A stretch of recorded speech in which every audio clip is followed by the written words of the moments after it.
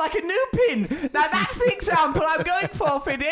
As soon as it's dry, it's out of here. Fiddy, why did 50 Cent have a yoga like relaxation tent in the middle of his house? Or was that, that's when Fiddy was under Fiddy's reign, that had a portrait of a motorbike made out of paint on it. I suppose that's painting. That's it. And a TV set, but I draped that behind a bit of Indian fabric and put a bunch of cushions down. There you go. Yoga. Right. Why not? Right, okay, so hang on. First of all, let's just get... let's imagine we're in court. Right. It might be helpful. Teenage boys, you used to jump off the roof with teenage boys in your pants. What, you put your pants on them? They were in your pants? I'm in my pants. Well, they're in their trunks. Because I don't bother putting on trunks. Not at your own house. What's the point? Okay. Or anywhere, even at the seaside. Don't you? Nah. Go in your pants. Okay, so you're jumping off in your pants. Who were the teenage boys? Mick's nephew and son, Yoddy and Tone. Oh, Mick's boys. Mick, yeah, Mick. Yeah, I thought you said mixed, like M-I-X. These boys was mixed. They were neither one thing nor the other. One's got a vagina on its eye, the other one's got two winky woos in his armpits. They was the kind of boys I'm liking the best. Right, so this now makes a complete different story. Yeah, what is it? A friend's I jumped off with teenage boys in my pants. You know, I take things too literally. You are a bit of a literalist. Do you remember that A-ha song, The Sun Always Shines on TV, and I thought it meant the sun shining on the TV. So, yeah, the sun always shines on TV. I never thought... me. Yeah. So when you say something like that, it takes me a little while to pick it apart. I can't, everything I say, think, remember you're talking to an idiot. Can I? Like, run that as a filtration program. It's a good system to start from. Right, you're talking to an idiot. Filter all the information. Like, where's the metaphor? Where's the mole? The mole has been taken back outside by Morrissey. He's seen me. Oh, look, it's the Parky. He's scarpered. He's gone outside. Morrissey with the mole. But like, I thought, isn't the mole a gift to you? There's no way that that's true, because if it was a gift for me, Morrissey would surely recline and watch me enjoy the mole. When I go near the mole, Morrissey's all over it. The mole dead? No, he's very much alive. Oh, right. Me and Jonesy chase Morrissey outside. Morrissey drops the mole. My LA, or Fiddy's LA mansion's got a shingles moat round it. A gravelly moat, if you can envisage such a thing. I'm trying to, and I've been there and I didn't see that. Just gravel. This is gravel, just gravel. How wide's the moat? 2 yards of gravel.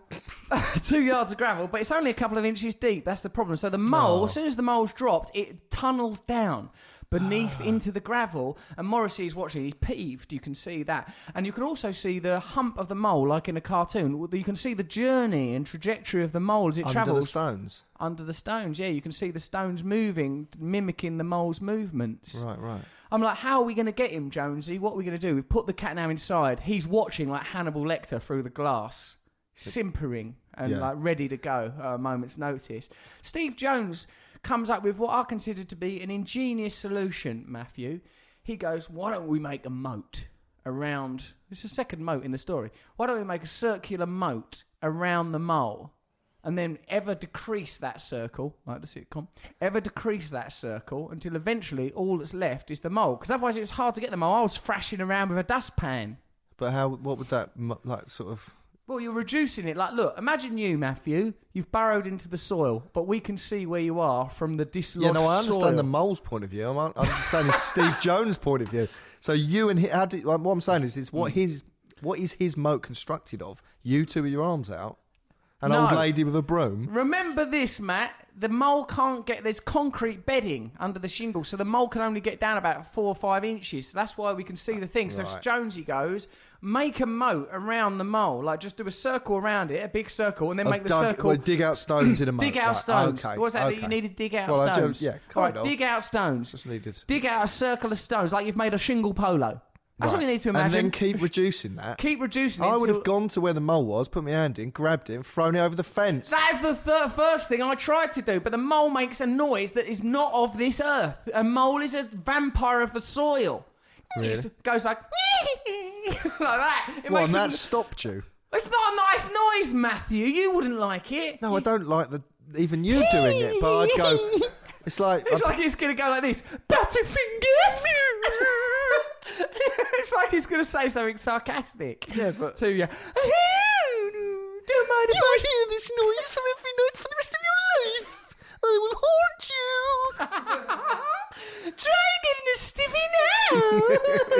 It's like a really horrible... Riddle me this! I've got you here, won't you? I've got fox fans. And the hunters become the hunted.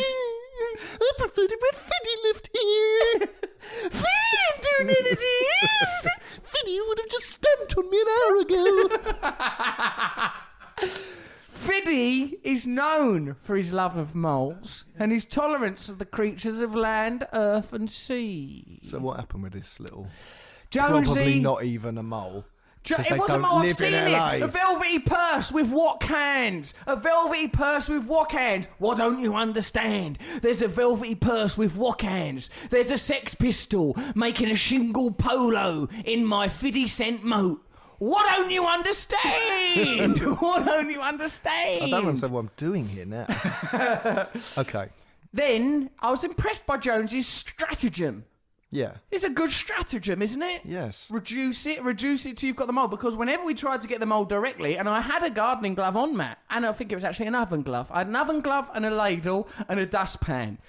That was, I thought, all the kit I'm going to need. Ladle, dustpan, oven glove. This mole's moment. And I remember... I mean, this is very much the Hollywood dream, isn't it? I'm coming at this from a humanitarian perspective, remember? I'm not trying to hurt the mole. I'm helping the mole. Oh, I bet that's been added on at the end. I bet you were chasing it round like the mum in Tom and Jerry.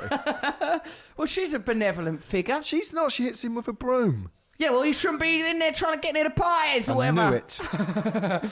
So, like, but then Jonesy comes up with a stratagem, and I'm thinking, well, this is better than the oven glove stuff. And while I was doing that, induces that, and yeah. Butterfingers, they're building a moat, are they? We're soon find a way out. So we came up with a stratagem. We're closing in on the mole now, Jonesy and I. This is a good bonding experience between you and Jonesy. We've never felt closer. Really? This must have been like the height of the Sex Take Pistols. your tops off, you're both a bit sweaty. Yeah, high-fiving away, armpit farts. The works, baby. The bloody works. We're jamming. But we're not jamming with guitars, we're jamming with gravel. It's a gravel jam. And then we get... But then when it gets to the final moment... Oh, it dies? No, Jonesy... Like, who's come up with this great stratagem worthy of Alexander the Great, of closing in on him, a sort of a pincer movement against the mole... Like, when it comes to the crunch, he sort of, like, gets the dustpan, he sort of screamed, and went, bah! And flipped the bloody mole like it was a pancake. Like, sort of into a head. Bah! Like that. He sort of flapped. He lost his cool. A right man who was in a hour. band with Sid Vicious and Johnny Rotten got scared Panicked of a mole. by a mole. Crikey. Flipped it like a pancake into a hedge. That's pretty much the story ends there.